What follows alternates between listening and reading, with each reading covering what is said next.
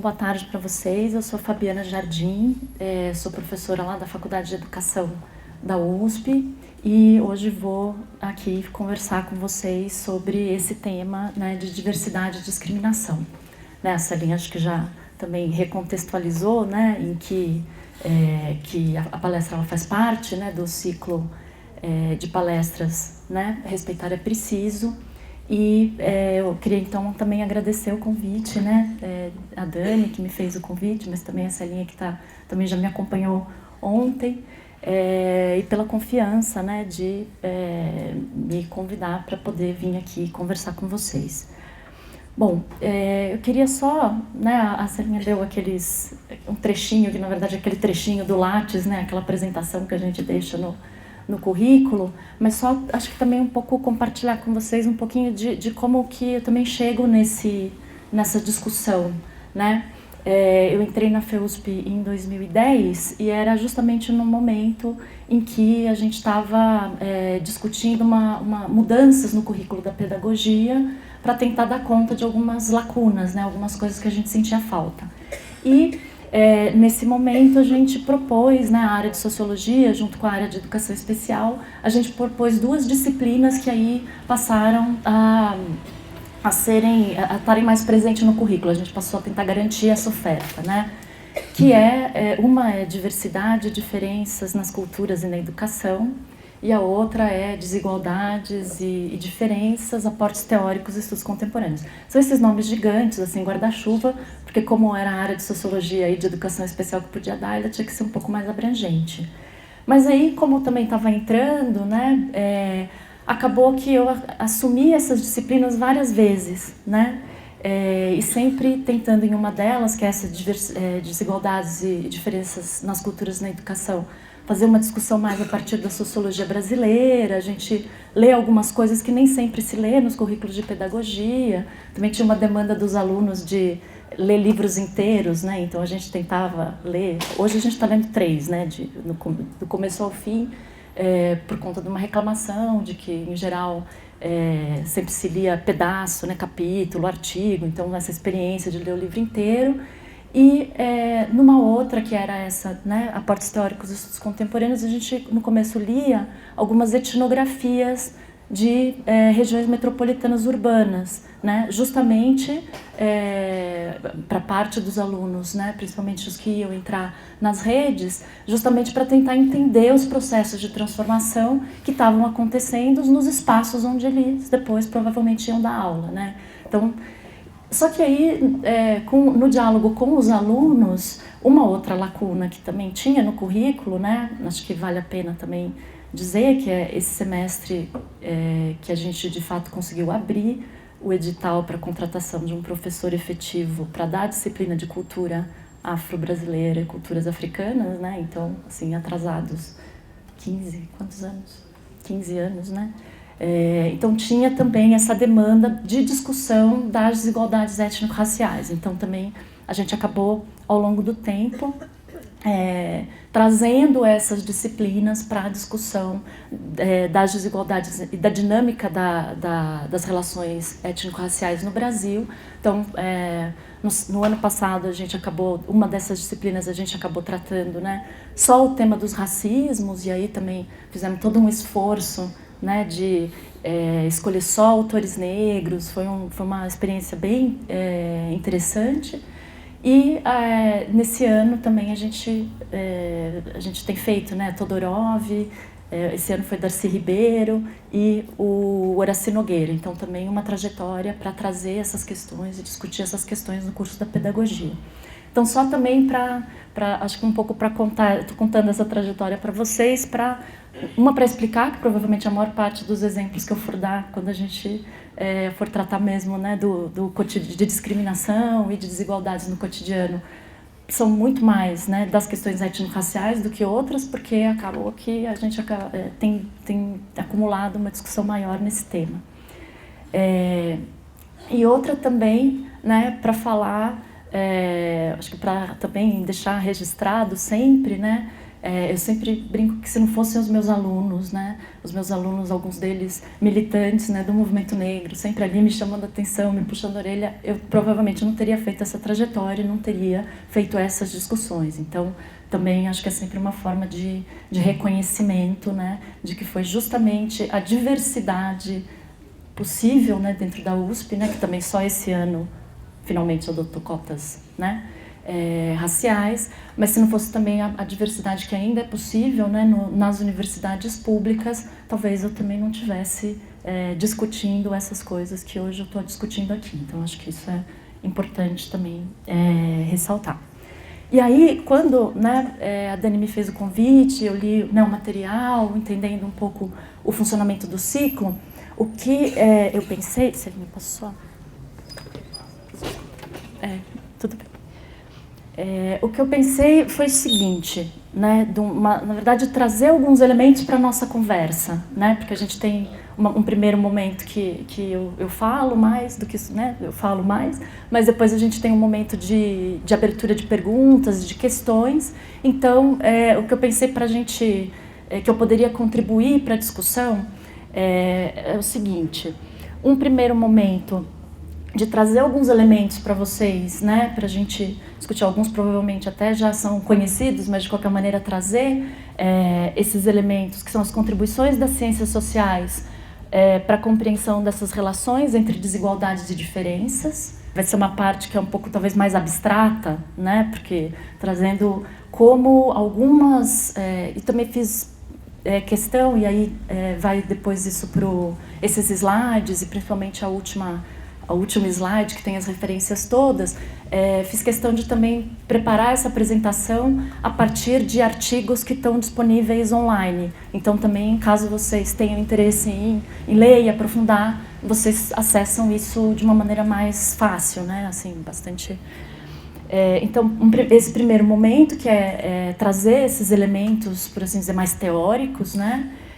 Um segundo momento, que é pensar como esses tensionamentos, né, a teoria, né, a ciência política, a sociologia, vão fazer uma certa narrativa sobre essa relação entre igualdade e diferença, né, ao longo do tempo, mas o fato é que no cotidiano essas coisas elas não se equilibram da mesma maneira, né, elas têm uma cor própria, né, elas têm uma vida própria, né, uma dinâmica que às vezes bastante distinta desse nível de abstração na qual as ciências sociais trabalham. De toda maneira, acho que como a gente está vivendo um período que também é de bastante conflitividade, né, ou de bastante tensão, né, do ponto de vista da discussão pública e da política, eu achei que também valia a pena fazer trazer esses elementos mais abstratos, por assim dizer, porque apesar deles serem abstratos, vocês vão perceber que eles estão muito no nosso cotidiano, no presente, né? Porque, enfim, acho que a gente vai conversando. E, por fim, acho que pensar, e aí eu acho que também o gancho para a gente abrir para as questões depois, é um pouco pensar essas ciladas da diferença em tempos sombrios, né? E aí a gente pensar os desafios e as possibilidades ético-políticas, né? Para a gente também equacionar aí, né? Já que politicamente parece cada vez mais difícil, mas também para a gente ir encontrando caminhos de tratamento e de abordagem e de encaminhamentos dessas tensões dentro da escola e no nosso cotidiano. Então, é um pouco essa a trajetória, né? São um pouco os tópicos que eu gostaria de tratar com vocês. Essa relação, né, acho que entre igualdade e igualdade, diferença, a gente, né, pelo menos os estudos também vão mostrando como isso também está muito articulado com a experiência da construção dos estados-nação, dos estados de bem-estar e, portanto, muito articulado com a dimensão da cidadania, né? Então, é lógico, a gente poderia pensar em termos, né, para poder apoiar, pode ser, só para não ficar. Então, embora, né, a filosofia política, né, até, enfim, a gente tenta, inclusive, fazer uma certa vinculação da nossa experiência e dos nossos valores e da nossa cultura política com os gregos, enfim. Embora pudesse se pensar teoricamente a esse respeito, de fato é na prática, na experiência concreta, né, histórica, que a tentativa de arrumar um equilíbrio entre, no primeiro momento, entre igualdade, né, e aí essa eu acho que já é um primeiro apontamento, que em geral a ideia de igualdade, quando a gente pensa nos Estados nacionais, ela tem embora a gente pense em igualdade em abstrato, parece que a gente está falando de uma coisa só, né? Mas tem pelo menos 2 sentidos em que a ideia de igualdade ela vai operar, né, na construção dessa ideia de cidadania, né? Quando a gente pensa nos Estados-nação, que aí tem uma história até anterior, né, século XVIII, a gente, na verdade, também está pensando que a igualdade nessa construção, ela está vinculada à construção de uma identidade. Portanto, aí sim a igualdade ela está ligada à ideia de homogeneização, né? A gente sabe que a escola ela tem um papel central, inclusive, na produção dessa identidade nacional. Né? Não à toa, o direito à educação é um dos primeiros direitos sociais, quase 100 anos antes, né, de todos aqueles outros direitos que a gente também entende como direitos sociais, porque é fundamental para esse Estado produzir uma linguagem comum, né, garantir que as pessoas tenham acesso àquilo que é definido, né, como o mínimo, né, que todo cidadão de um determinado país deve ter. Então, a igualdade nessa acepção, ela está muito ligada à ideia da identidade e da homogeneização, né? Então, aí sim, a igualdade ela tem um certo...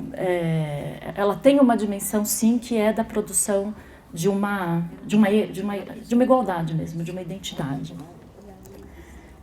E aí estou chamando a atenção para isso, porque não sei se vocês têm esse costume, né? Às vezes a gente gosta de ler ficção científica, né? E, em geral, quando a gente pensa aquelas diferentes distopias, sabe? Aquelas clássicas, 1984, Admirável Mundo Novo, né? Então, em geral, essas distopias, elas, ou 1984, todo mundo tem que ser meio igual, né? Tem que ter todo mundo controlado, vigiado, para ser muito parecido, ou, né, no Admirável Mundo Novo você tem a diferença, mas aí ela vai ter que ser, inclusive, né, biológica, toda gerida. Porque uma das questões centrais é sempre essa, né? Como é que a gente consegue garantir uma sociedade coesa, né, organizada, sem tantos conflitos, né, partindo da constatação, né, que é uma constatação empírica. A gente olha aqui, né, num auditório como esse, não tem muitas pessoas, né, a gente não é igual uns aos outros, nós somos diferentes, né? Então a diferença ela não é um postulado, por assim dizer, ela não é alguma coisa que só o pensamento conservador vai construir, ela é fato, né? Empiricamente a gente sabe que a gente é diferente. Agora, como que você, que consequência você tira disso, né? Se você vai entender que apesar de diferentes nós temos uma igualdade, né? Que seja por sermos humanos, seja por sermos cidadãos de um país, né? Ou se você vai entender que por somos diferentes não tem problema nenhum a gente ter amplas desigualdades, porque isso só é reflexo dos indivíduos, né? E das suas diferenças, né? Aí é que é a questão da escolha e aí é que é a questão de como cada país vai equacionando isso. Tem um texto que é considerado clássico, né, nesses estudos sobre cidadania, que é um texto do Thomas Humphrey Marshall, que é o Cidadania e Classe Social, né, que em geral é considerado como um dos textos fundadores, assim. E aí eu acho que que tem de interessante nesse texto, né? O Marshall ele está olhando para a experiência da Inglaterra, mas ele vai dizer que quando a gente olha para essa experiência, a gente vai percebendo que, num primeiro momento, você tinha direitos civis, que eram direitos que só algumas pessoas poderiam acessar, né? Que é o direito à liberdade de ir e vir, o direito à inviolabilidade do lar, né? O direito à inviolabilidade da correspondência, enfim, são direitos que até hoje a gente não... tem a provocação, né, ai, gente, como que ele chama? Já lembro dele. Mas José Murilo Carvalho, né, que no Brasil a gente começou pelos sociais, a gente tem uma intermitência nos políticos e para parcelas da população a gente nunca chegou a ter de fato os direitos civis, né? Quando a gente pensa, né, na ação policial em determinadas comunidades, né, é isso, a inviolabilidade do lar, da correspondência, ela nunca chegou a ser um fato. Mas enfim, o Marshall está olhando, né, está dizendo que primeiro você tem os direitos civis. Os direitos civis, né, têm um desejo de ampliação, o direito a ser julgado de maneira justa, né? Tudo isso compõe a substância desses direitos civis que vão ser reivindicados para conjuntos cada vez maiores da população. Os direitos políticos, né, que é o direito de representação, o direito de votar e ser votado, e os direitos sociais, que seriam só mais, né, no século XX mesmo, né, que seria esse direito ao acesso a bens considerados mínimos para que alguém possa ser um cidadão, no sentido de ser alguém que tem uma certa dignidade, né? Então, né, isso varia também, mas direito à moradia digna, direito à saúde, direito à educação, pelo menos, né, a educação básica. Então, tudo isso seria também parte dessa substância desses direitos sociais. A cidadania, ela é uma fonte de novo status, no sentido de que você tem uma sociedade de classe, e acho que isso também é interessante, né, a gente pensar. Ele está pensando na Inglaterra, ele está pensando na Europa, ele está pensando países que não são países que tiveram uma revolução socialista, por exemplo. Ele está pensando como é possível a produção de mais justiça, de menos desigualdades em países que são capitalistas e que são sociedades de classe e, portanto, são sociedades que necessariamente vão conviver com desigualdades. A questão é que quando a gente pensa que enquanto cidadãos todo mundo tem que, né, ter acesso ao mínimo que é comum, a gente está introduzindo aí uma novidade, que é pensar que um mínimo de igualdade é necessária e é condição para que uma sociedade possa se sustentar, né? Ela pode garantir um ordenamento que seja legítimo, que seja visto como justo, ainda que desigual, né? E aí o Marshall vai dizer, bom, tem países, né, em que essa substância ela vai se ampliando tanto que ela altera a própria estrutura, né, dessas desigualdades. É um pouco o que a gente vê, se a gente olha na experiência histórica, né, todo mundo dá sempre o exemplo, na Finlândia, Suécia, que são países em que a introdução desse estatuto de cidadania, ela vai diminuindo progressivamente a distância entre aqueles que estão, né, nas camadas mais, né, talvez menos qualificadas, né, de menores rendimentos, e aqueles que estão nas maiores, essa distância ela vai diminuindo, né? É um pouco aquilo que às vezes para a gente é até impensável, né? Faz uns anos um colega meu estava morando, né, na Suíça, né, porque enfim, a mulher dele também é de lá, e estava tendo toda uma discussão, né, quase cotidiana, por conta de um projeto de iniciativa popular que tentava garantir que os grandes CEOs das empresas que tivessem sede na Suíça não recebessem num ano mais do que 12 vezes aquilo que o funcionário com, né, a menor qualificação dentro da mesma empresa recebesse. Né? Então, a gente é uma lógica, né, que é muito distinta dessa lógica de não, a gente precisa de competição porque é assim que os indivíduos se conduzem à inovação, né, ao empreendedorismo e, portanto, eles podem sim ganhar muito mais porque isso é parte do mérito deles. Né? Então, é uma lógica um pouco distinta. Porque, alterando também a estrutura dessa sociedade, você também altera os valores que orientam, né, as pessoas que estão já gerações, né, crescendo e vivendo e se desenvolvendo nessa sociedade. Mas você pode ter também, se você define que esse mínimo de bem-estar, de fato, ele vai ser mínimo, né, vai ser uma substância bastante básica, você pode ter o Estatuto de Cidadania, né, e aí o Marshall usa uma imagem que também é bem interessante, que ele fala, é como se essa sociedade ela fosse um prédio, né, um prédio, tem um prédio na Marginal, não sei se vocês já viram, que é um prédio que ele todo parece uma pirâmide. Talvez o prédio do Marshall de estrutura social seja mais parecido com esse, né? Porque ele não é igualitário no prédio inteiro. Você tem uma base que é muito maior e você vai tendo, né, uma diminuição dos outros andares.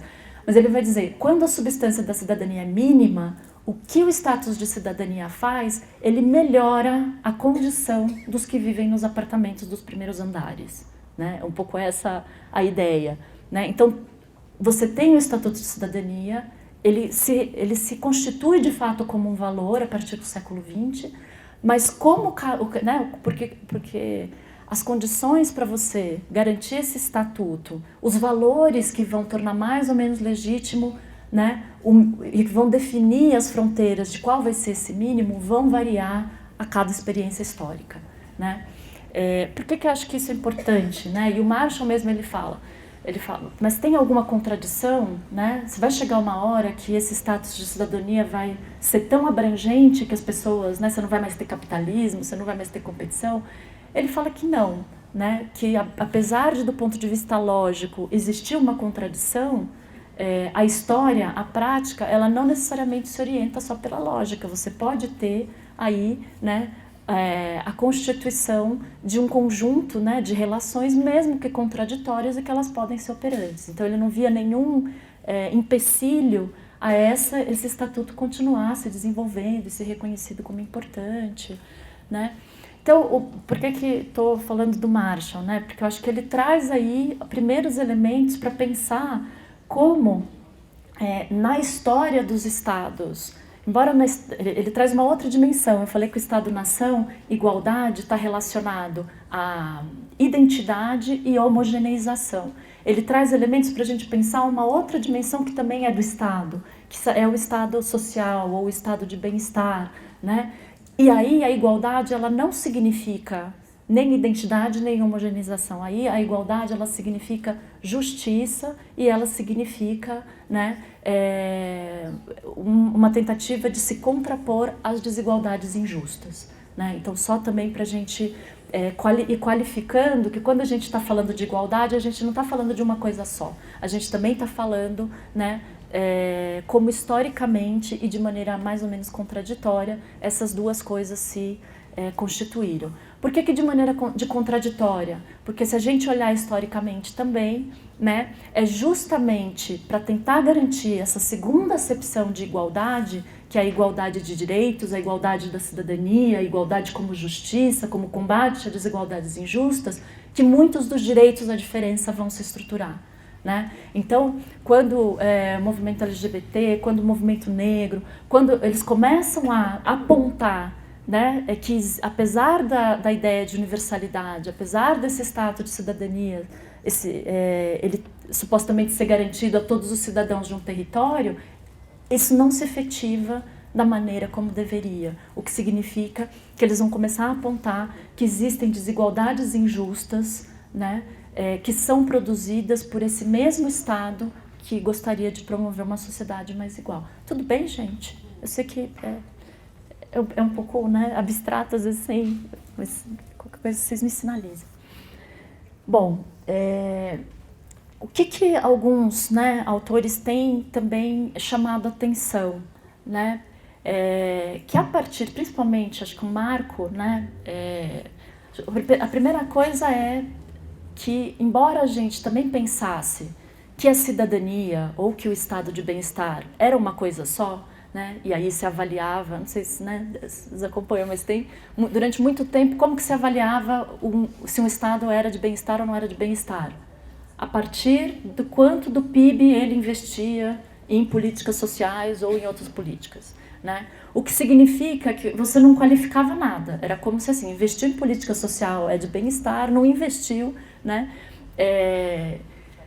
O que também vai se tornando mais evidente ou mais visível a partir principalmente dos anos 80 é que, embora você tenha diferentes estados nacionais que estruturaram políticas sociais, as formas de proteção e os valores que estavam envolvidos eram muito diferentes, né? Então, uma coisa, se você olha para a Inglaterra ou para os Estados Unidos, que é um país cujos valores são muito liberais, né? E você olha os efeitos que as políticas sociais tiveram. Então, tem investimento em política social, mas a política social ela é para quem? É para melhorar a vida de quem está nos primeiros andares, né? Para usar ainda o que significa que essas políticas, muitas vezes, elas vão ter efeitos de estigmatização, né? Tirando a educação, né? Se você precisa de uma política assistencial, isso vai ser um estigma, porque significa que isso é sintoma do seu fracasso, né? O que é muito diferente, por exemplo, do contexto francês, né? Em que você estrutura um estado de bem-estar a partir de uma certa ideia de solidariedade e você fazer uso das políticas sociais é visto como um direito de cidadania sem implicar em nenhum juízo de valor, né, sobre a sua individualidade. Então, também começa a ficar evidente no momento que vem as reformas, né, a partir, né, do final dos anos 70, que você tem, às vezes, mais ou menos, né, legitimidade para o uso dessas políticas. Em geral, onde essas políticas elas são mais universais mesmo, elas conseguem maior cobertura, vai ser mais difícil de reformar, porque você vai ter mais gente interessada que ela continue, né? Em outros países, que são justamente aqueles que não garantem tanta proteção, vai ser mais fácil introduzir as reformas, porque de fato essas políticas elas vão ser vistas quase que como injustas, porque é como se fosse, né, um pouco aqueles discursos, né, que inclusive estão bastante, mas a coisa do Estado Robin Hood, né, que está roubando dos ricos que pagam impostos para sustentar as pessoas pobres que não teriam mérito, enfim. Então você tem diversidade também, né, nesses valores. Por quê? Porque essa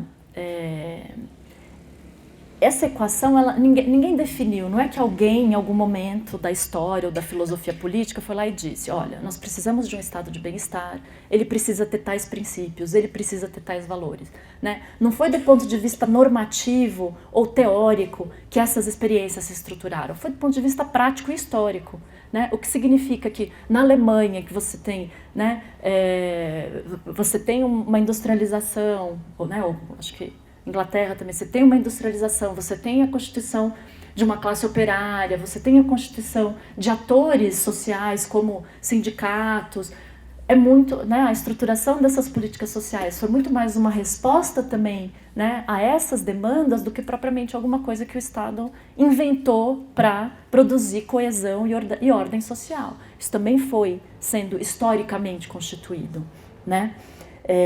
O que significa que esse equilíbrio entre igualdade, diferença, né, entre as desigualdades que são vistas como justas ou as que são vistas como injustas, ela tem uma raiz histórica e tem arranjos próprios em cada país, né? E aí, acho que só também fazendo uma observação, né? No Brasil, a gente pode pensar que a gente equaciona, né, a nossa questão social a partir de 3 estratégias, né, que não necessariamente passam só pelo Estado, mas que é pela promessa da integração, né, que funcionou pelo menos até o começo dos anos 90. Eu vou voltar nisso, tá, gente? Só acho que falando desses valores, né? Pela ideia da democracia racial, né, que também sustentou um certo equilíbrio, né, de relações, e pela violência, né? Então aquela coisa que vira e mexe se recupera, né, que o Washington Luiz teria dito lá no começo do século XX, né, que a questão social no Brasil é uma questão de polícia. Essa de fato é quase que uma coisa estrutural, né, na nossa sociedade, porque, e aí o Vanderlei Guilherme dos Santos diz isso, né, que na nossa história republicana, né, toda vez que a gente chegou num grau de conflito, porque algumas desigualdades passam a ser vistas como injustas, a gente teve rupturas democráticas, né? E é por isso que ele também vai falar que a gente tem uma experiência de cidadania social que é uma cidadania de recesso, porque a gente introduziu e expandiu políticas sociais em momentos de suspensão dos direitos políticos, né? Que é um pouco contraintuitivo, a gente fala da ditadura militar, mas se você olha do ponto de vista das reformas, de universalização, de ampliação de direitos, foi um momento de explosão de tudo isso, né? De fato, você alterou o padrão da proteção social durante a suspensão dos direitos políticos. Então, a gente tem um arranjo que, quando a gente olha em relação a outros países, né, também é muito diferente, né? E aí eu acho que tem uma frase síntese, assim, que é de um título de um artigo do Antônio Sérgio Guimarães, que também está entre as referências e que também depois vai estar disponível, né? Falando da Constituição da República de 1889, ele fala, né, um pouco reivindicando, né, o arranjo da Revolução Francesa de liberdade, fraternidade e igualdade. Ele vai dizer, né, que na nossa Constituição republicana a igualdade é branca, a liberdade é negra e a fraternidade é mestiça, né? Então, um pouco da notícia de como a gente equaciona de uma maneira também muito conflitiva e sempre também muito frágil, né? Um arranjo instável, por assim dizer, a nossa questão social e essas relações entre igualdade e diferença. Por que eu estou também, né, tô falando da integração? Né? Primeiro, quando a gente pensa em integração, estamos falando desse aspecto, né, de que em países que a gente considera centrais, desenvolvidos, a garantia da expansão dos direitos sociais, ela foi feita a partir da expansão do assalariamento formal, ou seja, das pessoas que estavam vinculadas ao mercado de trabalho com carteira assinada e que, portanto, tinham contribuição, seja em termos de impostos, seja contribuição previdenciária, né? Então, a gente está falando também de condições econômicas para a expansão desses direitos, né? Aqui no Brasil, né, o momento que a gente teve o auge do assalariamento formal, né, antes foi 89, que foi 52% da população economicamente ativa vinculada ao mercado formal de trabalho, e como a gente sabe, isso não necessariamente implicava numa carreira, né, e você conseguir entrar num emprego e se aposentar nele, contribuindo a vida inteira, né, porque são principalmente empregos com baixos salários, né, até um salário mínimo e meio, aquilo que também alguns autores de sociologia do trabalho têm mostrado, que mesmo quando a gente tinha supostamente, quando o emprego era fácil, né, acho que vocês devem também lembrar um pouco dessa época, né, que era quando as pessoas falavam que o emprego era fácil, você saía de um na esquina, você já arrumava outro, né, final dos anos 80, né, os anos 70, depois do final dos anos 80, como esse momento, né, em que não tinha tanto problema, né, você não tinha altas taxas de desemprego, porque logo você saía de um e logo entrava em outro. Então, mas ainda assim, essa promessa de integração ela funcionava do ponto de vista simbólico, porque, né, até os anos 70, para você ter acesso a direitos, né, como previdência, saúde, precisava da carteira assinada, né, para poder ir no hospital do INAMPS, né, ou, enfim, eu já nem lembro, foi INAMPS aí depois. Né? Então, essa experiência da cidadania, ela passava pela identificação com o trabalho, né? Não à toa, né, era muito comum, né, os estudos sociológicos, de etnografia, eles mostram isso, como era importante quando você falava, né, com pessoas, principalmente as camadas nas periferias urbanas, as pessoas pobres, uma importância de se identificar como trabalhador, mesmo sem carteira assinada, né? Então, toda uma ética, na verdade, do trabalho que passava pela separação, inclusive, né, com a ideia do vadio, do bandido, né, uma tentativa de sustentar uma dignidade e uma identidade que permitiria fazer jus à cidadania, né? Então, a integração, a promessa de integração, a democracia racial, né, que também, em alguma medida, permitiu durante muito tempo perceber como justas ou como só vinculadas à meritocracia, desigualdades que têm a ver com os processos de discriminação e preconceito racial, né, e as suas diferentes manifestações, desde racismo institucional até, né, as consequências subjetivas desse racismo mais cotidiano, e a violência, né, que em geral é quando a conflitividade, né, começa a atingir níveis muito grandes, a gente tem, né, um recrudescimento da violência. Mas quando as pessoas falam, no Brasil ninguém se levanta para brigar contra as injustiças, tem uma acomodação, eu falo, gente, né, essa violência ela também é estruturante e ela também funciona como uma espécie de fiadora, né, da nossa ordem social, mesmo que desigual. Desde o final dos anos 60, pelo menos, do ponto de vista mais, né, teórico, essa forma de equacionar a igualdade e diferença pela via do estado de bem-estar, ela começa a ser colocada em xeque, né? Tanto do ponto de vista econômico, ou seja, das condições materiais para você continuar expandindo indefinidamente, né? Então, a Thatcher é 78, né? Aqui lá na Inglaterra. Então, é isso, você começa um ciclo de reformas e de ajustes e de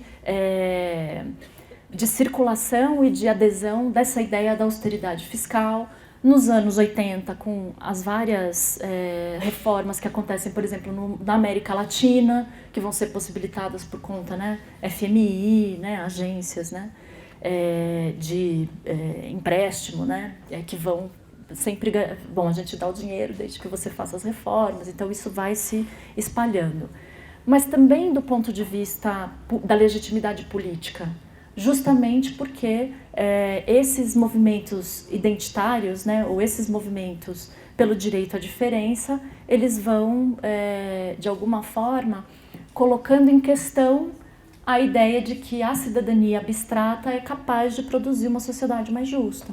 Bom, para parcelas da população, que são essas que estão nas fronteiras, né, que encaixam perfeitamente nessa identidade nacional que se busca produzir, para essas funcionou. Para outras, né, o que você teve foi mais desigualdade, a gente não consegue acessar determinados direitos civis, a gente não consegue, né, acessar os direitos políticos, a gente acessa a educação, mas a educação não tem o mesmo efeito, né?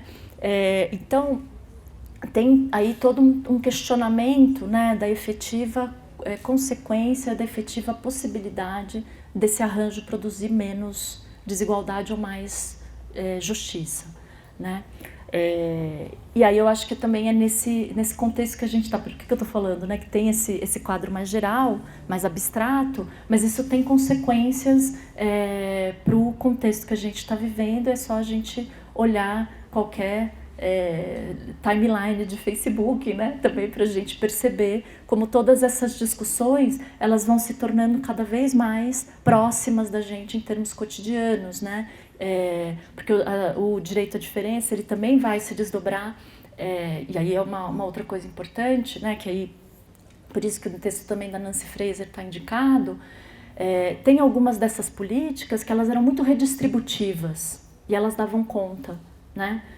Então você erige um sistema educacional, garante que todo mundo entra na escola, você já alterou o padrão dessas desigualdades. Você tem um sistema único de saúde, né? Você consegue também garantir que as pessoas tenham melhores condições de saúde. O problema é que tem algumas parcelas da população, algumas parcelas dos cidadãos dentro de determinados países, para as quais não basta ter redistribuição, você também precisa de reconhecimento. Reconhecimento no sentido, você também precisa ter políticas de reconhecimento da diferença, você também precisa ter políticas que possibilitem que essas parcelas passem a ser percebidas de uma outra maneira, né? E aí eu acho que um exemplo também recente, que também circulou por aí, que foi um caso de uma escritora moradora da periferia de São Paulo, agora já não me lembro exatamente de que lugar da cidade, mas ela foi no CRAS para fazer o cadastramento dela para receber o Bolsa Família, né? Então ela foi, né, se arrumou, estava com um livro, porque é uma escritora, estava lendo alguma coisa, e ela chega no balcão de atendimento, o assistente social olha para ela e fala assim: como assim você está querendo Bolsa Família? Você está toda arrumada, você não é pobre, você não precisa dessa, né? Então aí ela faz o que? Ela vai para casa, bota uma roupa mais velha, meio furada, se adequa, por assim dizer, ao estereótipo, né? E consegue fazer o cadastramento.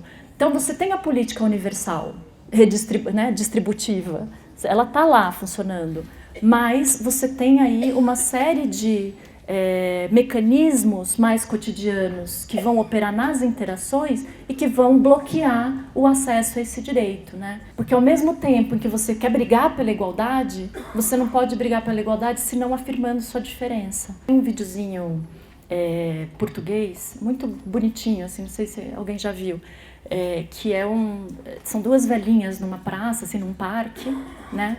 E aí tem um casal, né, dois homens estão vindo, né? E aí, quando eles estão chegando, uma olha para a outra, faz uma cara assim, e aí os meninos passam. E aí, quando eles passam, uma olha para a outra e fala assim, mas você viu que absurdo? Nesse frio, ele de regata, né? Que é um pouco essa brincadeira do direito à indiferença, né? Então, é um pouco esse o dilema, né? Você precisa afirmar a sua diferença, né? Muitas vezes, algumas delas são diferenças inscritas no seu próprio corpo, são diferenças sensíveis, né?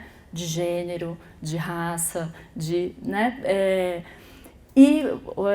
Ao mesmo tempo, você está fazendo isso justamente para que aquela diferença deixe de operar como alguma coisa que te constrói um lugar subordinado ou te discrimina, né? Então, acho que nesse sentido que a gente pensa também em ciladas da diferença, né? Como é difícil equacionar isso quando você está tratando com uma lógica do Estado que, em geral, é universal, né? E aí você vai reivindicar, e aí parece que isso quebra o suposto universalismo, a impessoalidade, o próprio funcionamento burocrático.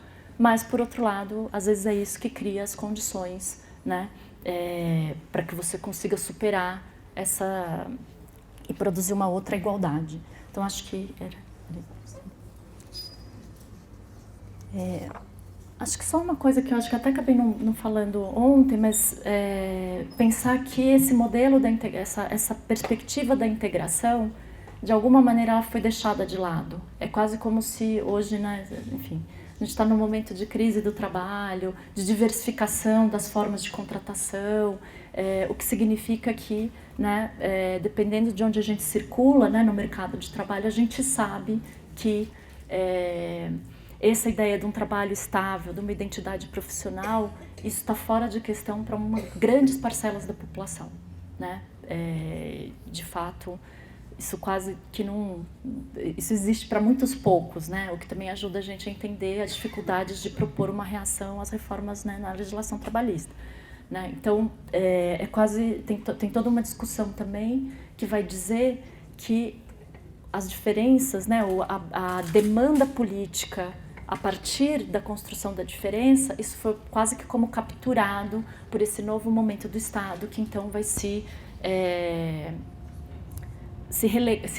autorizar, por assim dizer, ao invés de pensar numa perspectiva mais igualitária, a fazer a gestão, né, das diferenças, né, que é um pouco às vezes que a gente vê em políticas inclusivas, né, que deveriam trabalhar ainda na perspectiva da igualdade, mas que acabam produzindo um efeito que também de outras formas de discriminação.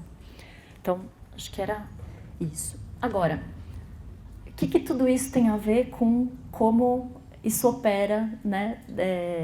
Eu acabei falando, na verdade, talvez mais de igualdade e de diversidade, né? Nesses termos mais abstratos, mas como que isso opera no cotidiano, né? E aí eu acho que a primeira coisa sempre a chamar a atenção é que estereótipo não é, né, estereótipo, não, a estereotipação, não sei como é que fala essa palavra, estereotipização, né, não é ela é um mecanismo de conhecimento da realidade social e de funcionamento das coisas, né? Vocês imaginam que se a gente não tivesse nenhuma categoria de compreensão das pessoas, das classes, das regras, e a gente sair de casa de manhã às 8 horas para chegar no trabalho, e toda pessoa que a gente encontra, a gente tem que estabelecer alguma forma de interação para descobrir mais ou menos quem é aquela pessoa, como eu me relaciono com ela, né? É um pouco também chamar a atenção de que a discriminação, não no sentido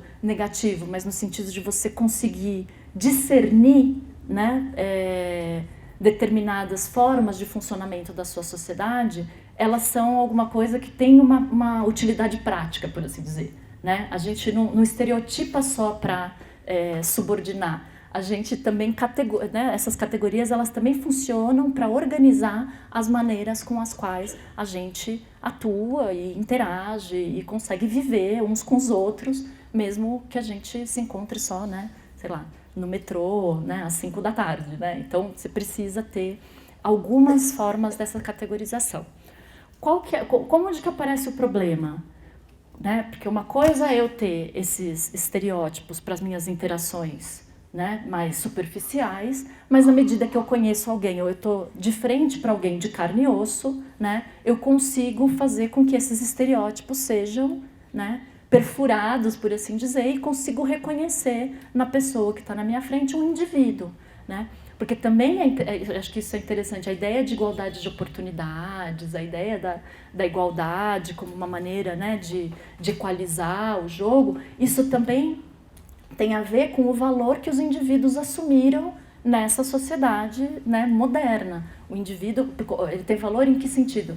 Porque ele pode, né, ele pode desenvolver as suas potencialidades, ele pode, né, se realizar, ele tem os seus talentos, ele tem os seus méritos, e cabe à sociedade garantir que isso seja levado, né, ao máximo possível.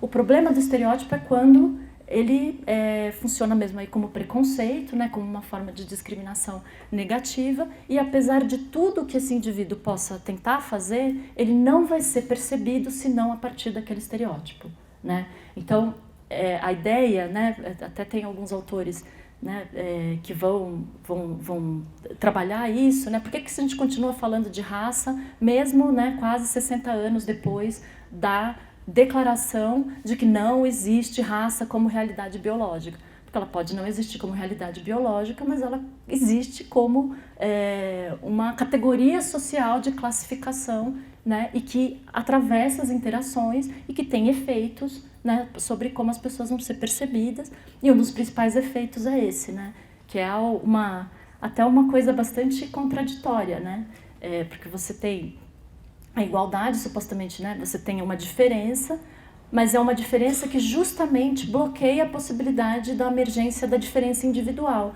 É uma diferença que vai ser alguma coisa que aprisiona as pessoas em determinadas, né, em determinados modos de ser ou determinadas qualidades morais. Como que isso pode funcionar tanto para estruturar nossas interações, mas como que isso também vai contribuindo para a gente naturalizar determinadas desigualdades, né?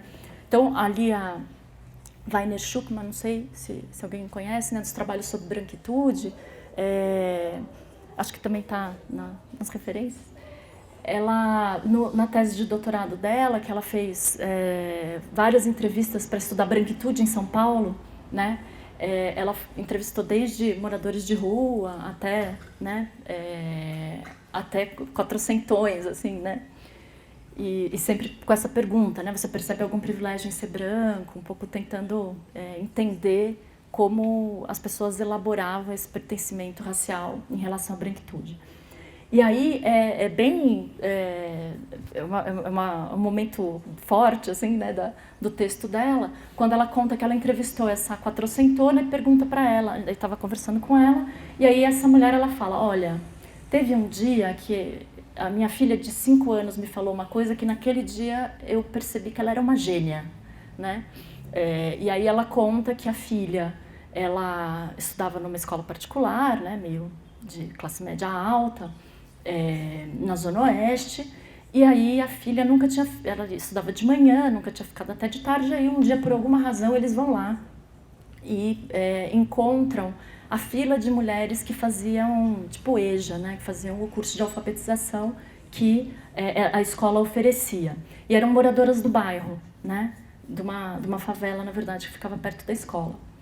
E aí a menina, acho que nunca tinha visto, né, as pessoas, né, um pouco também como os efeitos do nosso preconceito racial, né, a maneira como ele funciona e as formas de segregação, nunca tinha visto. As pessoas perguntam para a mãe, quem são essas pessoas, né?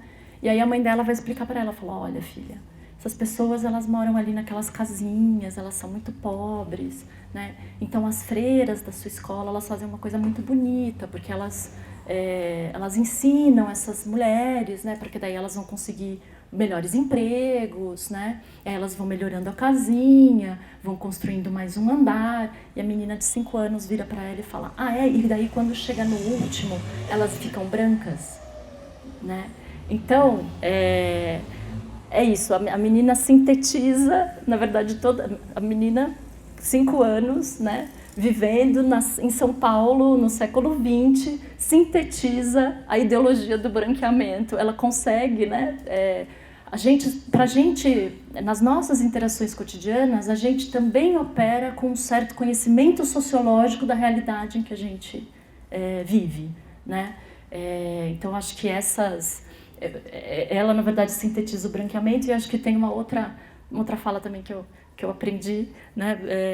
Numa formação também lá na Drepenha, que uma diretora escutou de uma professora, né? Ela falou assim, olha, na minha sala não tem problema de racismo, porque eu fecho os olhos e eu finjo que todo mundo é branco. Sintetiza a cegueira racial que permite que a ideia de democracia racial continue funcionando, né?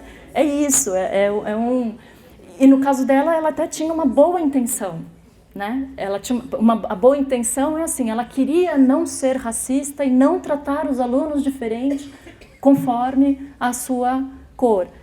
E para isso ela precisa, né, se apegar a essa ideia, né, da cegueira racial que tem tantos, né, que estrutura tanto a ideologia da democracia racial e que durante muito tempo bloqueou a própria possibilidade do reconhecimento do racismo e do preconceito, né? Então, na verdade, acho que esses dois exemplos assim para mostrar ou para chamar, né? Acho que para mostrar de novo como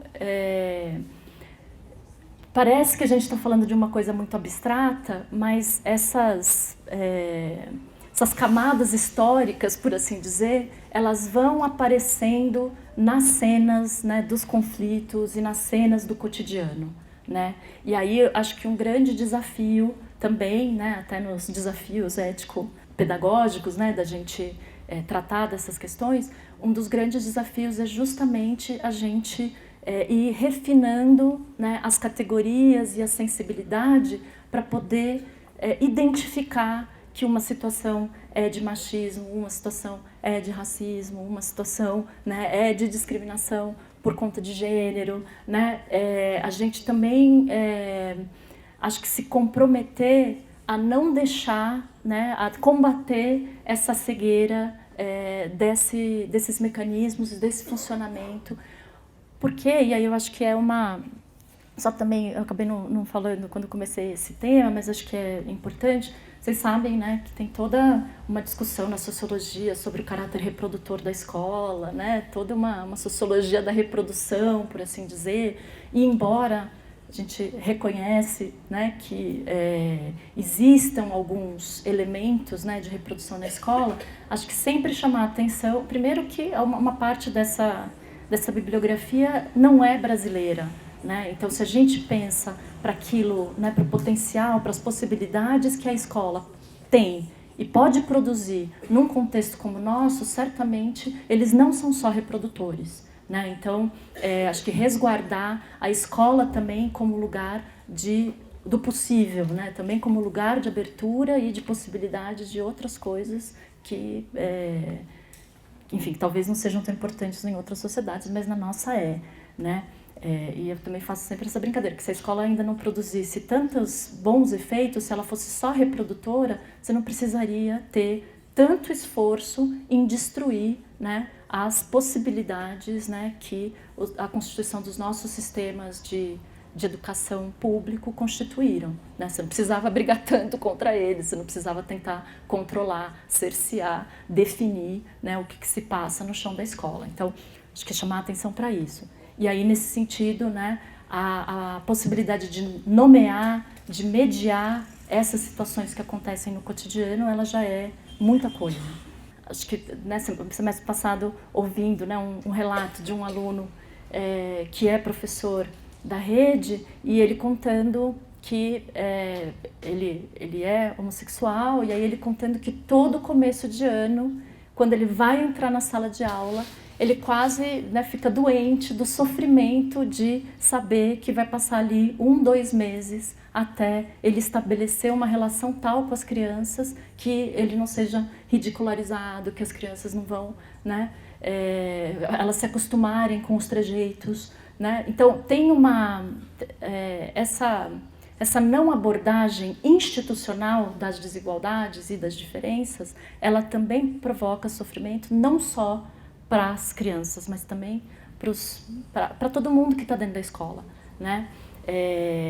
Isso funciona também, o racismo institucional ele não funciona só, né, dentro do sistema escolar, não funciona só com as crianças, né? É só a gente ver também, às vezes se a gente vai em formação que tem só supervisor ou só diretor, a gente vai ver que o perfil em termos raciais, às vezes até em termos de gênero, é muito diferente do que é o perfil dos professores. O que significa que alguma coisa acontece aí quando você está pensando nas carreiras que são possibilitadas dentro da escola, né? Então, acho que também pensar que não é só uma questão com as crianças, né? Mas é uma questão que atravessa todo mundo, né?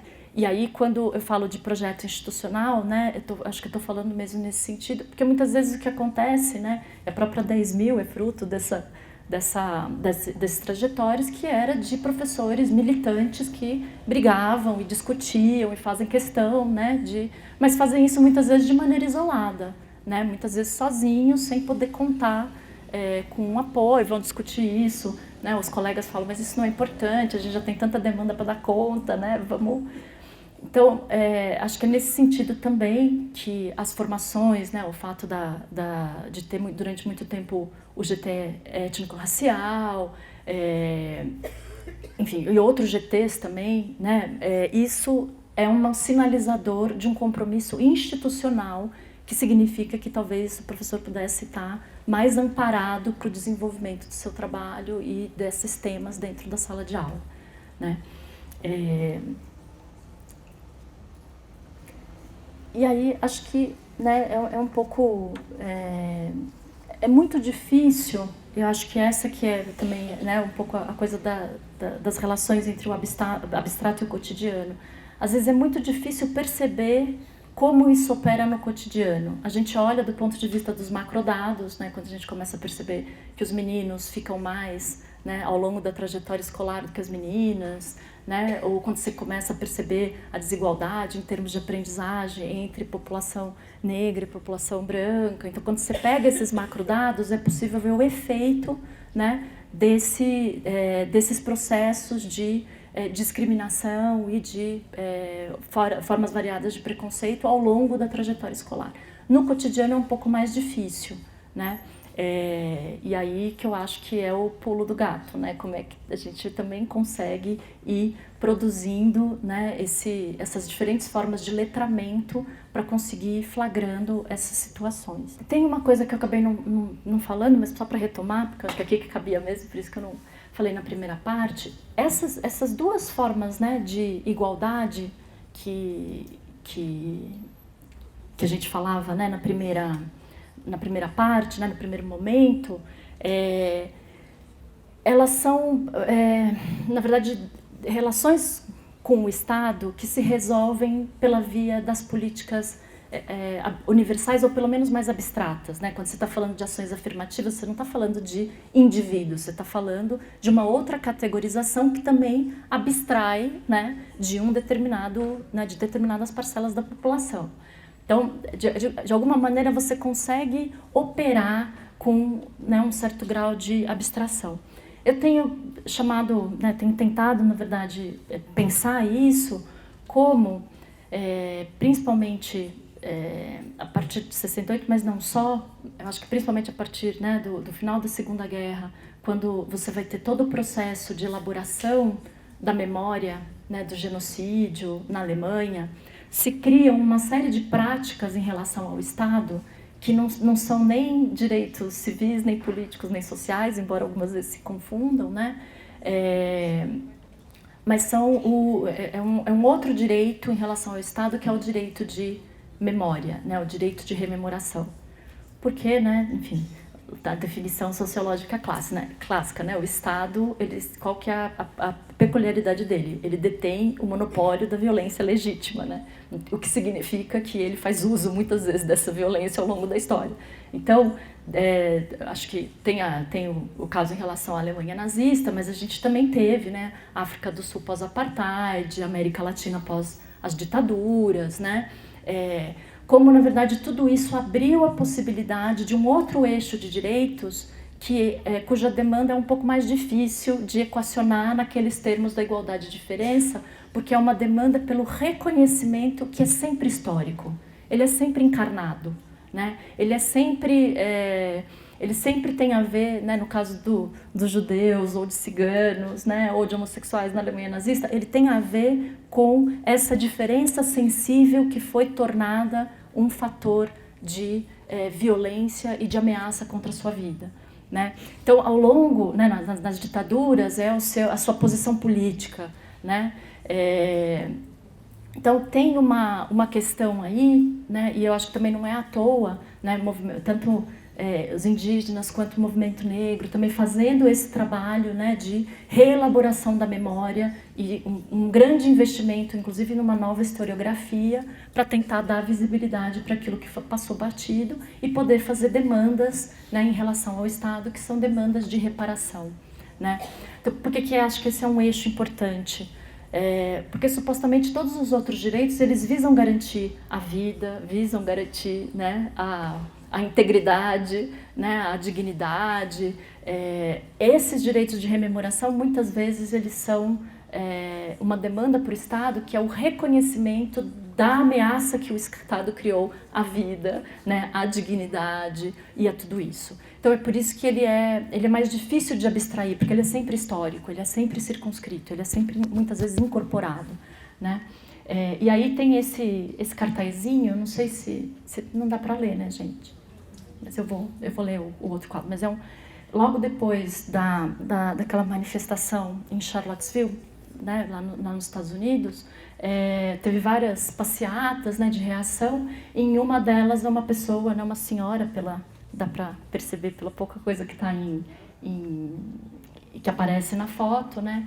E aí o cartaz diz o seguinte: eu quero que meus amigos entendam que ficar fora da política ou estar cheio da política é o privilégio em ação. Seu privilégio lhe permite viver uma existência não política.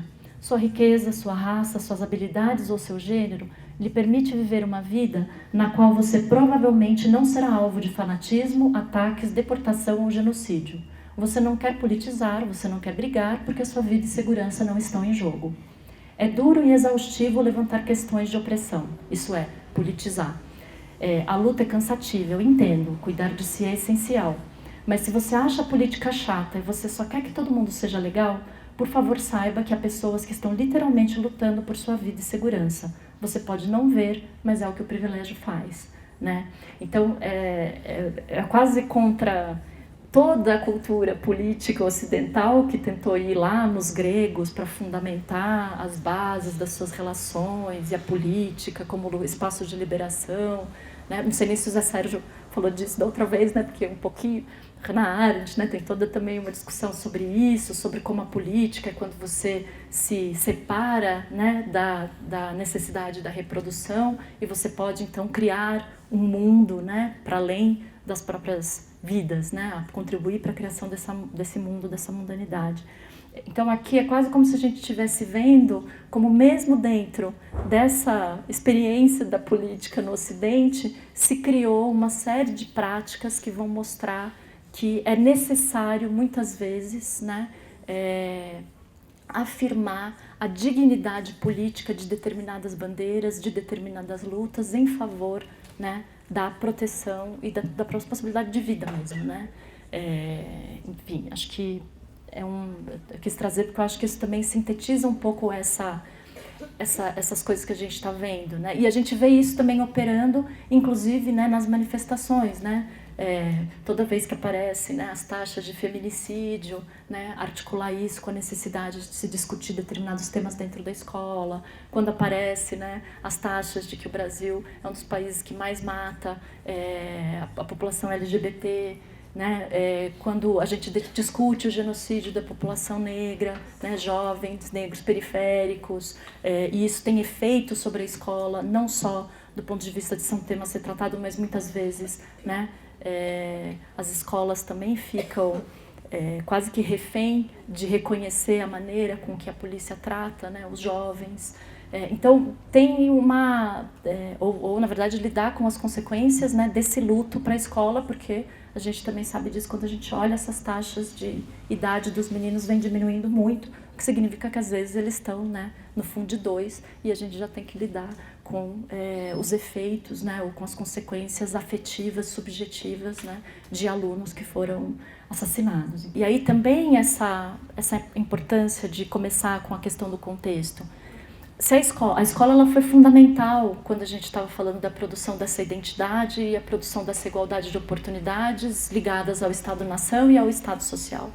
A questão é que esse contexto político e essas formas de equacionamento, né, dessas tensões e das relações entre igualdade e diferença, ela não está resolvida fora da escola. Inclusive, ela está cada vez mais mal resolvida. A gente está num momento justamente de tensões e de ter que encontrar outras saídas para como a gente vai equacionar isso, né? Então, exigir que a escola consiga, pelo seu próprio projeto institucional, dar conta desses conflitos e dessas tensões que são muito mais estruturais é muito injusto, na verdade, né? E aí a gente pode voltar. É injusto, inclusive, com as pessoas que estão lá, frente a frente. E aí eu acho que só, né, fazer esse comentário também, né? Vocês, né, professores, né, diretores que estão na escola, estão, na verdade, encarnando o Estado para essa população que justamente vai vendo esvaírem as possibilidades de que o Estado resolva, encaminhe determinados problemas, né?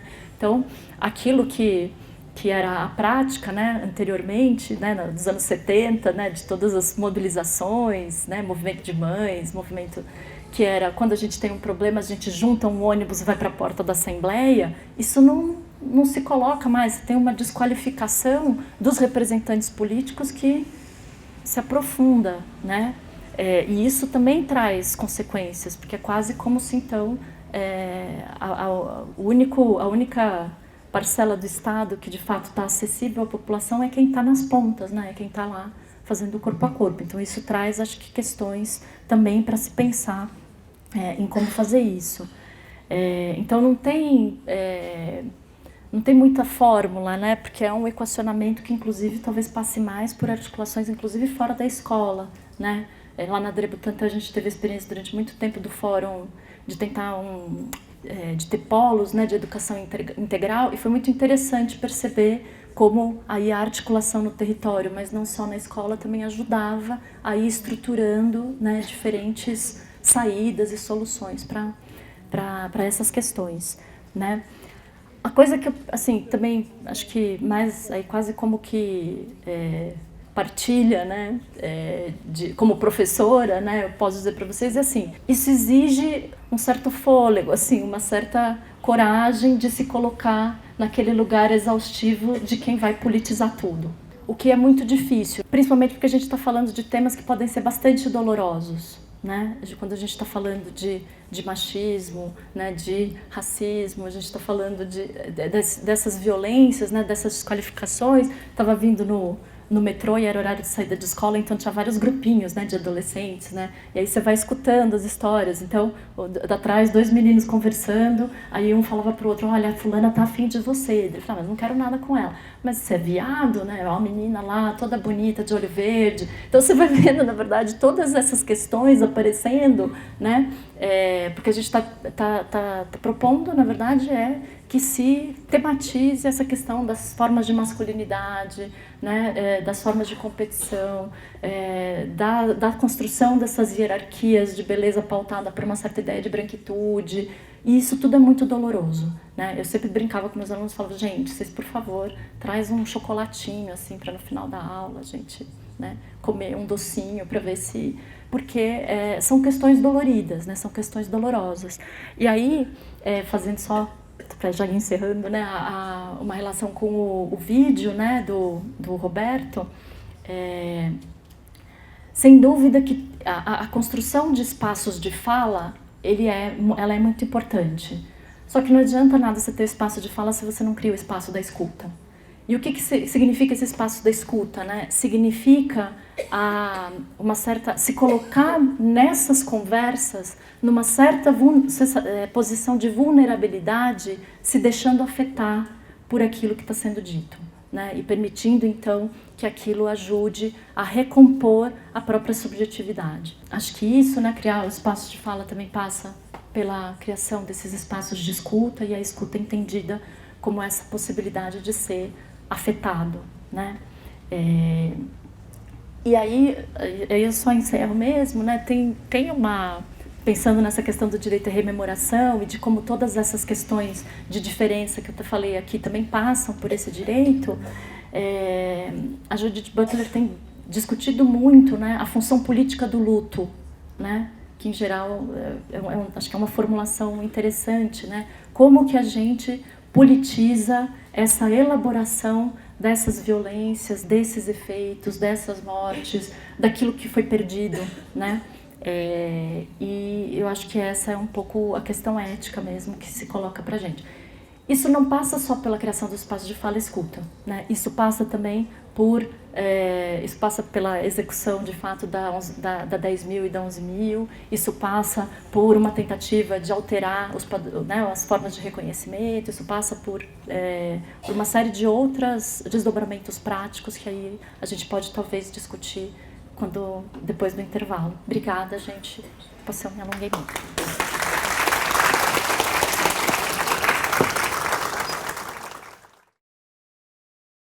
E o Semara Rocha Barbosa, diretora da IMF Jardim Bartira.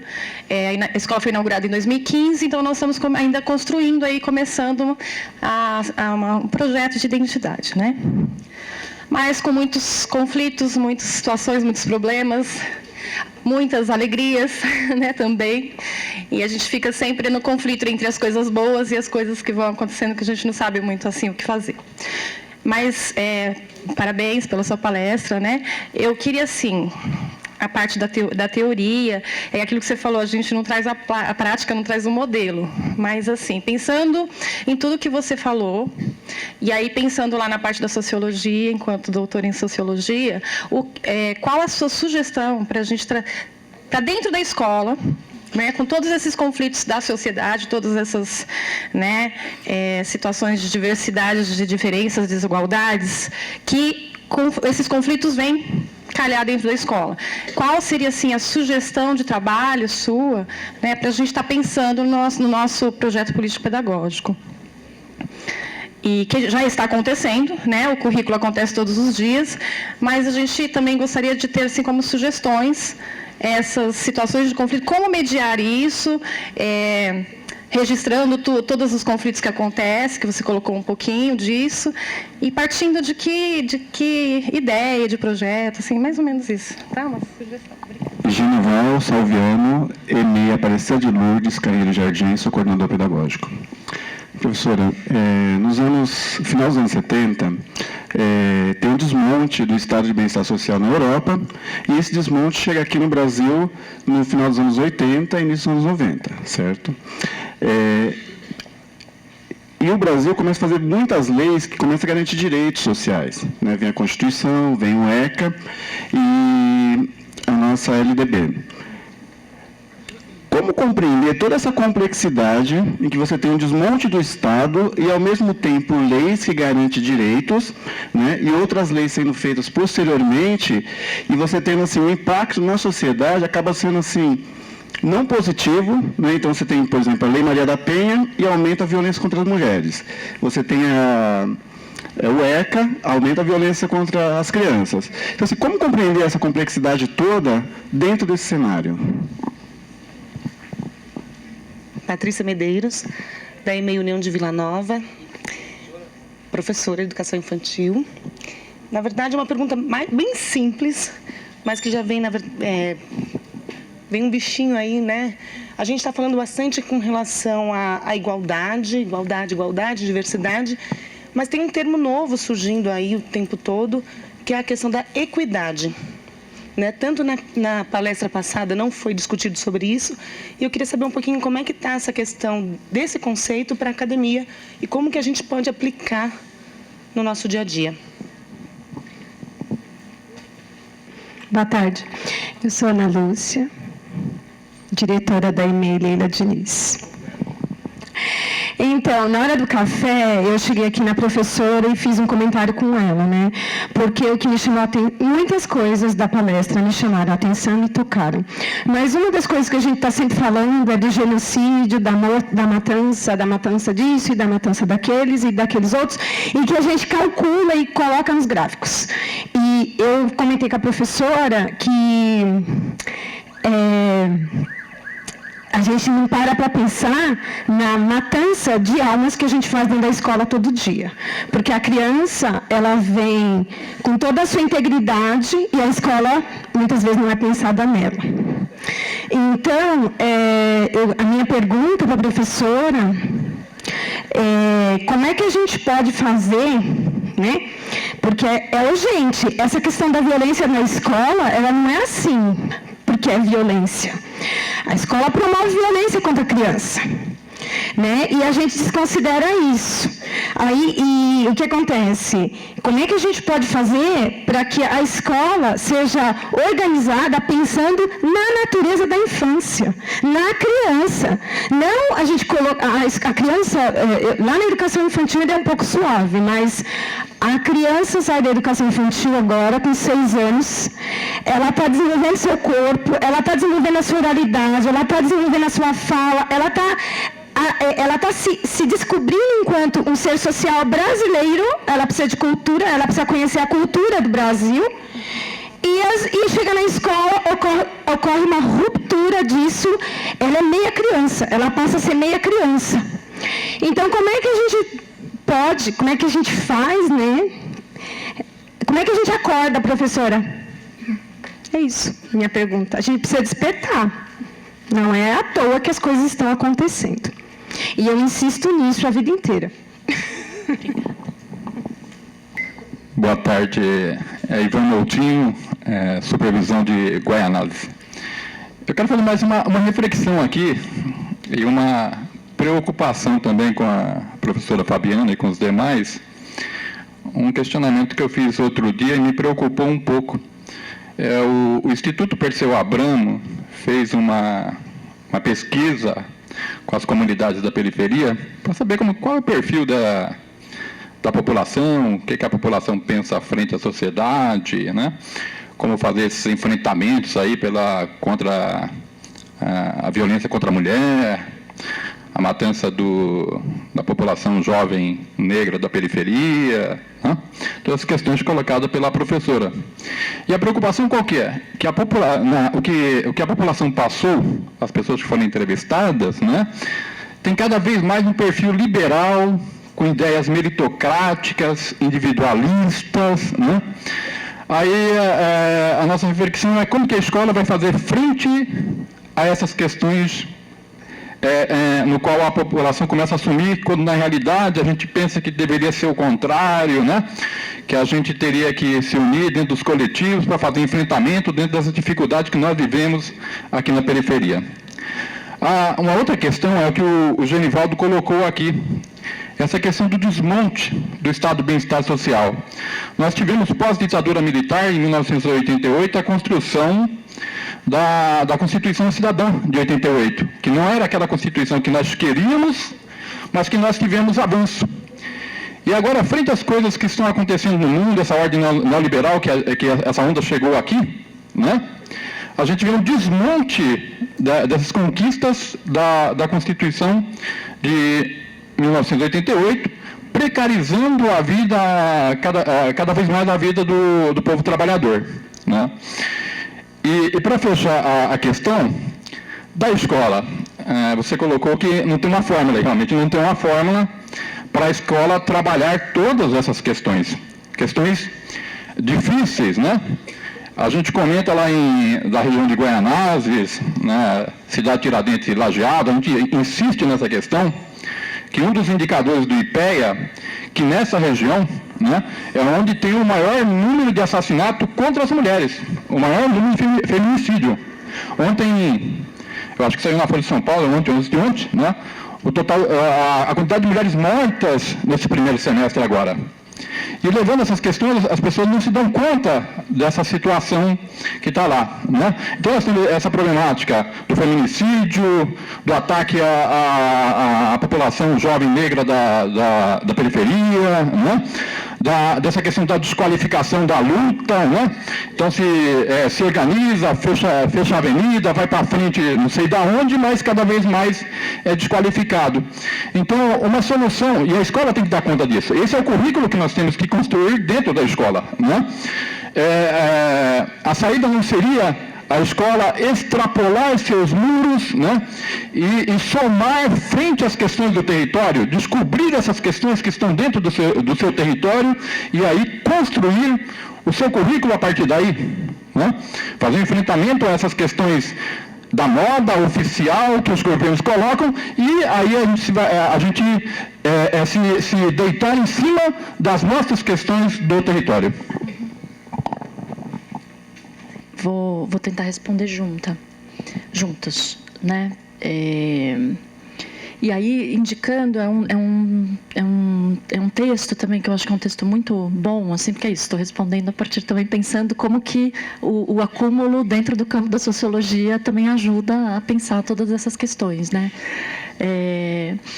Que é um texto do Gabriel Feltran, talvez, não sei se vocês conhecem, né, que, enfim, é sociólogo da UFSCar, mas tem bastante trabalhos que eu acho que são bem interessantes e que eu acho que a gente tem bastante que se apropriar deles, né, para pensar as questões da instituição escolar.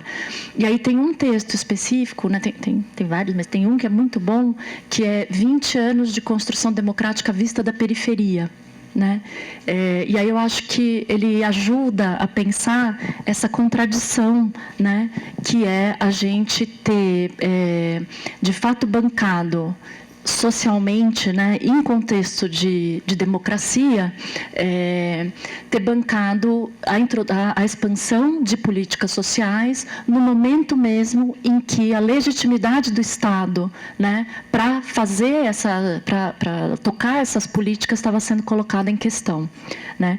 Então, eu acho sempre que é interessante como, apesar da gente ter tido a eleição do Collor, né, o Collor se elege com um discurso que é bastante neoliberal, mas, por outro lado, né, é de reforma do Estado, né, de acabar com os privilégios, né, contra os marajás, né, mas ele também se elege com um discurso que é de proteção aos descamisados. Então, acho que isso é muito indicador de que, não sei se vocês lembram, gente, era essa expressão mesmo, né, os descamisados, que naquele momento você ainda tinha, né, e por isso que eu comecei falando que esses arranjos eles sempre estão articulados tanto com as condições materiais, econômicas, quanto com as energias políticas, né? As energias políticas ainda ali no final dos anos 80 eram a desses novos personagens que tinham emergido justamente nas periferias urbanas, né?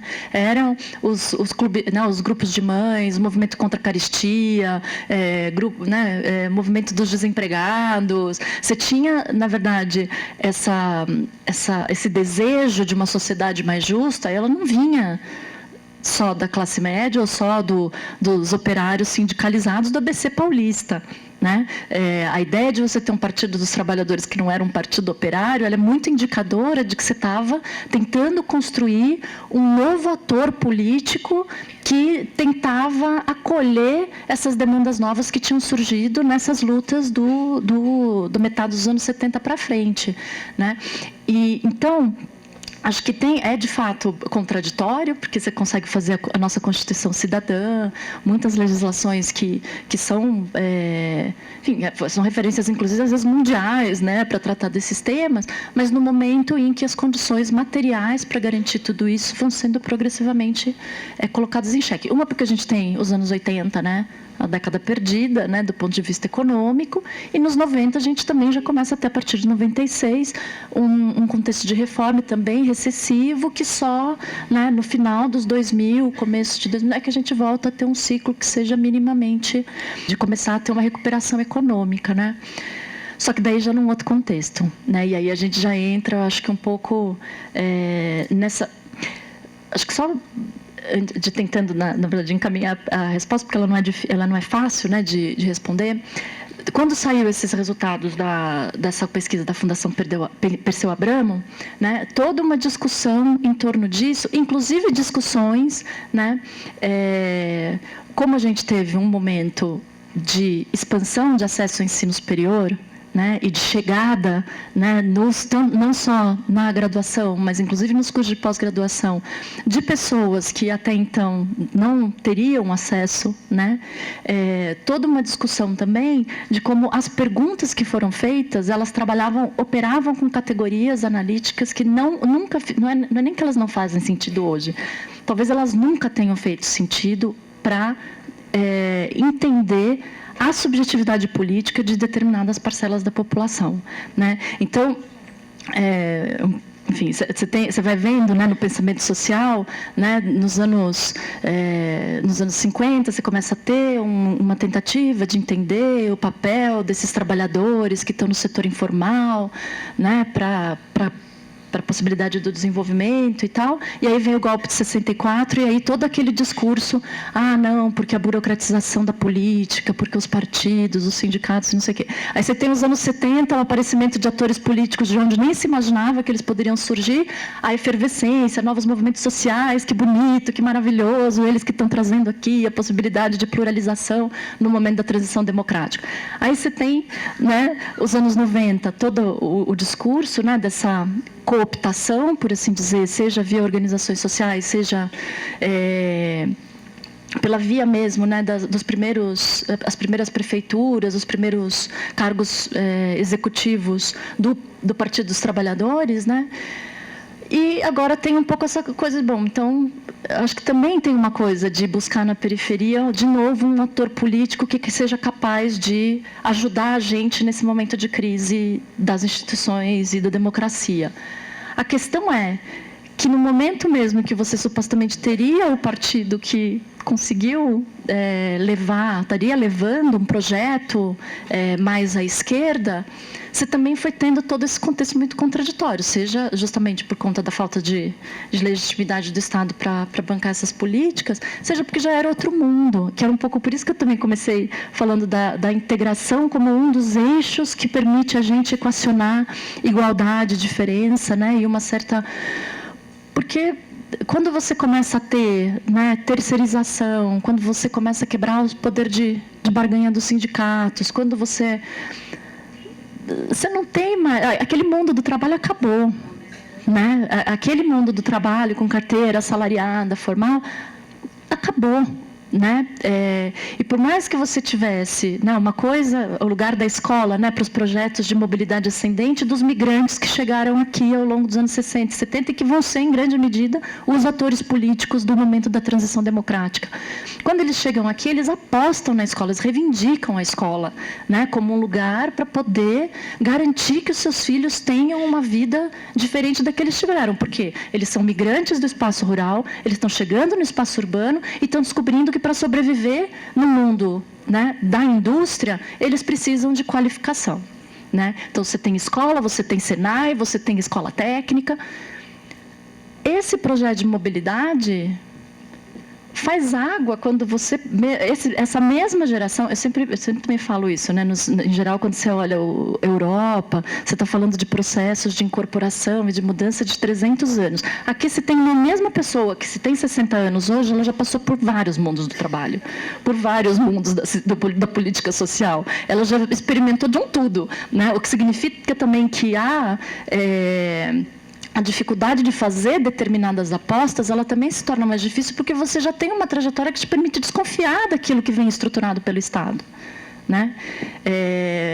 Então, não sei, eu acho que também pensando que, claro, você tem esses valores conservadores que entram não, mas que permeiam, né? E isso... o próprio Gabriel Feltrão vai dizer que você tem diferentes... Não é só o Estado mais.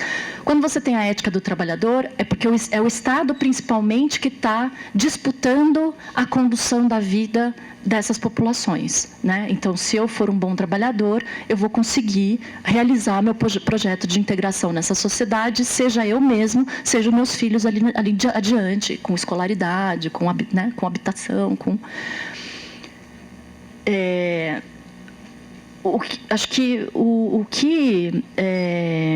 a dificuldade é essa, né? Que esse imaginário não funciona mais, né? E o Feltran vai dizer, você tem o Estado, que ainda disputa pela via dessa identificação com o trabalho, mas você tem já pelo menos duas outras formas, né? Duas opções, por assim dizer, de uma estruturação subjetiva que também vão orientar a regulação da vida, que são as igrejas neopentecostais e o próprio crime. Né, que é isso que um pouco ele pega na etnografia dele, que nos anos 70, nos anos 80, era impossível você ter uma família trabalhadora que suportasse a ideia de ter um filho no crime. Né? E o que a gente vai vendo, o que vai acontecendo, é que também porque o mercado de trabalho se torna mais, né, pluralizado, mais, né, enfim, mais complicado de você circular dentro dele, e porque você vai tendo a escolarização funciona para quê para os jovens? Funciona para você poder minimamente entrar no jogo, porque você sabe que se você não tiver no seu currículo pelo menos o ensino médio, nem chamado para entrevista você vai ser. Agora, que essa escolarização vai conseguir te dar uma carreira, né, o ensino médio, EJA, a gente sabe que não tem essa expectativa. Né? Isso significa que as famílias não valorizam mais a escola? Não, muitas vezes, né, você tenta garantir que o menino vá para a escola. Agora, o que isso significa de fato? Que sentido isso ganha de fato quando você sabe que isso não vai te possibilitar, né? A não ser que você tenha um projeto mesmo que seja de ingresso no ensino superior. Mas isso, não sei, na verdade é muita coisa, né? Mas acho que também pensar que a gente, às vezes, não consegue mais entender, inclusive, as maneiras de mobilização, né? As igrejas, elas cumprem esse papel de apoio, de apoio mútuo. Né? A gente sabe disso, elas funcionam não só do ponto de vista religioso conservador, elas têm uma função, inclusive, muito prática, que é de garantir o acesso a determinadas oportunidades de trabalho. Agora, o que ele, acho que tenta mostrar é como esse desmonte desse horizonte da integração, ela também resulta que, muitas vezes, o próprio crime erigiu valores morais que são mais fortes do que o do mundo do trabalho ou que o Estado propõe. Né? Que é a coisa do proceder, que é a coisa de regular a relação, que é de fato, mediar a diminuição da violência num dado momento. O que é super complicado para a gente, se a gente olha com aquelas categorias analíticas, a gente não entende nada. Né? E isso aí, a contradição de novo, e isso no momento em que não cabe mais falar que essas periferias é onde o Estado não está. Ao contrário, ele está cada vez mais. Né? Ele está na escola, ele está na UBS, ele está no CRAS, ele está... Né? Se a gente vai andando pelas periferias, a gente vai vendo, né, ao longo das coisas, os principais equipamentos tem escola, tem UBS, tem AMA. Então, não é que o Estado não está mais lá, o Estado está lá. Mas o efeito que isso produziu não é o efeito que a gente esperaria se a gente pensa a cidadania de um ponto de vista normativo.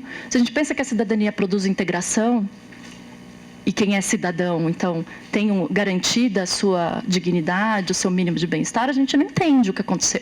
Né? Então, por outro lado, você tem outras formas de mobilização que também vão aí concorrer para dar sentido. Você tem uma efervescência cultural que... Né? Até então não existia. Né? Você tem mobilizações, por exemplo, de mães ou mesmo de jovens contra o genocídio, que tem até um trabalho que foi recém-defendido, que vai mostrar como reivindica todo um repertório de ação política que é dos movimentos de mães, que é... Né? Então, acho que a coisa é um pouco mais complicada da gente entender como é que se dá a transmissão desses valores e desses repertórios de ação coletiva por parte de quem, só em um momento muito breve da nossa história, foi reconhecido como ator político legítimo de fato. Não sei se... Mas é isso, dava pra gente... A gente pode depois, né, que acabar, a gente continua conversando, mas... Agora, não tem dúvida que essa é a dificuldade, né? Você traz o Estado, mas o Estado que já não promete a integração. O Estado que, na verdade, vai tentar, seja pela via da assistência, seja pela via policial, garantir que aquele grau de conflitividade não transborde o limiar daquilo que é percebido socialmente, né, em dados momentos, né? Então, é um pouco isso também. A gente convive com um grau de violência que é bastante alto, mas isso não é nem percebido como uma violência legítima, desde que mantenha a conflitividade num determinado território ou num determinado limiar que não ultrapasse aquilo que aí politicamente vai ser muito custoso, né? O que a gente teve naquele maio, né? Foi 2006, gente, já não... 2006, né? Não, maio, os crimes de maio, né?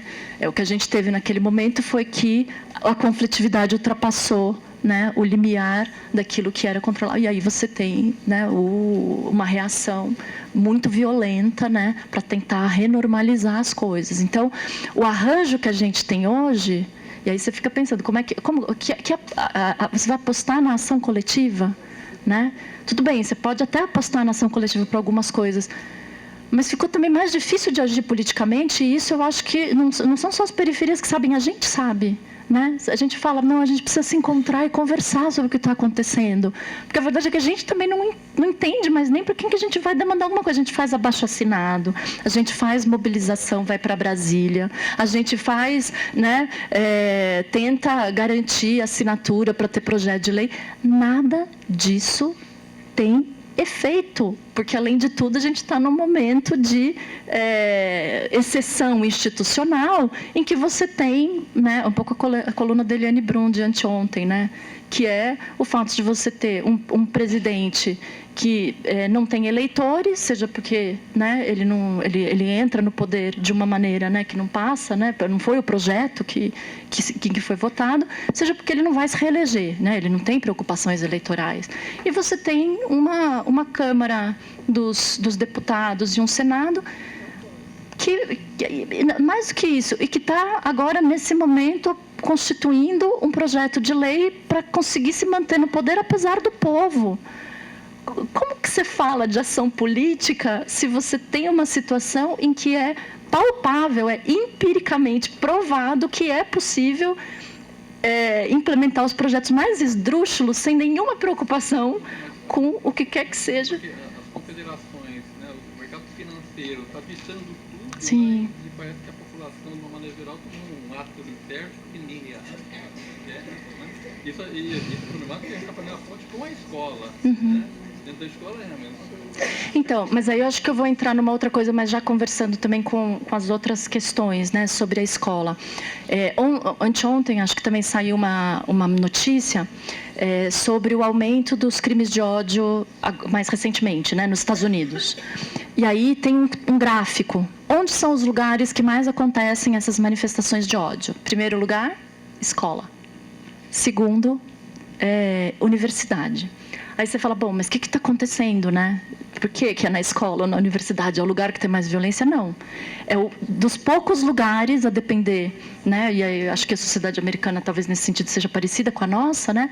É dos poucos lugares em que você tem o convívio da diversidade em situação de igualdade.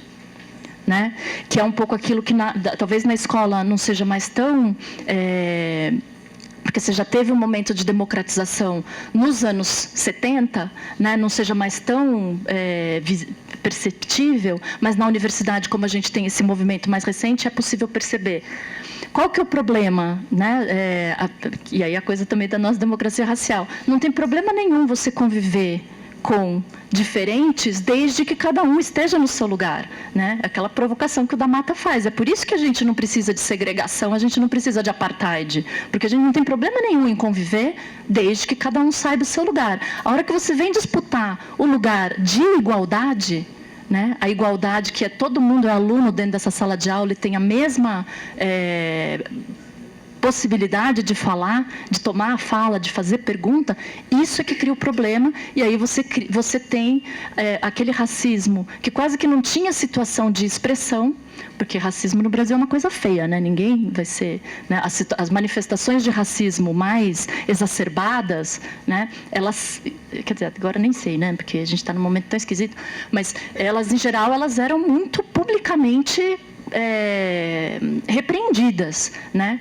O problema é esse racismo mais abaixo do radar, por assim dizer, né? E você consegue, né, se você está convivendo com diferentes, mas em espaços em que a questão da igualdade não está posta, você vai levando, né? Você não vai se colocar na situação.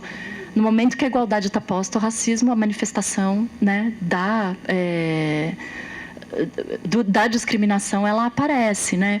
Então, eu acho, só para a gente também não sei se tranquilizar exatamente, mas pelo menos a gente ponderar esses dados, não é que a escola seja um lugar de muito ódio, mas a escola é onde essa manifestação, primeiro, ela vai acontecer porque você ainda tem o convívio entre diferentes, o que, por um lado, acirra os conflitos, mas, por outro lado, é uma baita oportunidade de construir outras relações e de começar a constituir outra forma de lidar com isso.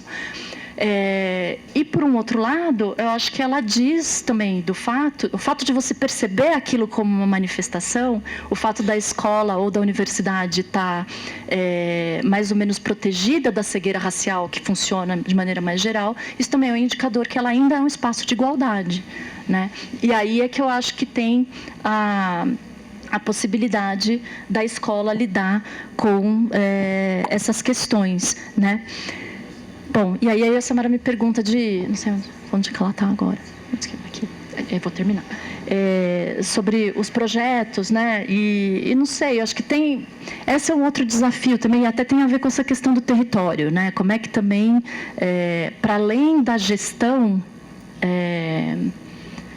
a gente também começa a pensar formas de organização nesses territórios que também funcione nesse sentido formativo, de partilha de inquietações, de construções de saída, né? Porque a verdade também, né, gente, é que dentro da escola a gente também está, muitas vezes isolado, né? Também é difícil de... Então, acho que isso, né? Espaços coletivos de planejamento, até para definir o que é o que pega, né? Pode ser que numa determinada escola seja a questão racial, pode ser que na outra seja a questão de gênero, que seja mais urgente, pode ser que na outra... Então, também não precisa pensar alguma coisa que dê conta de tudo, né?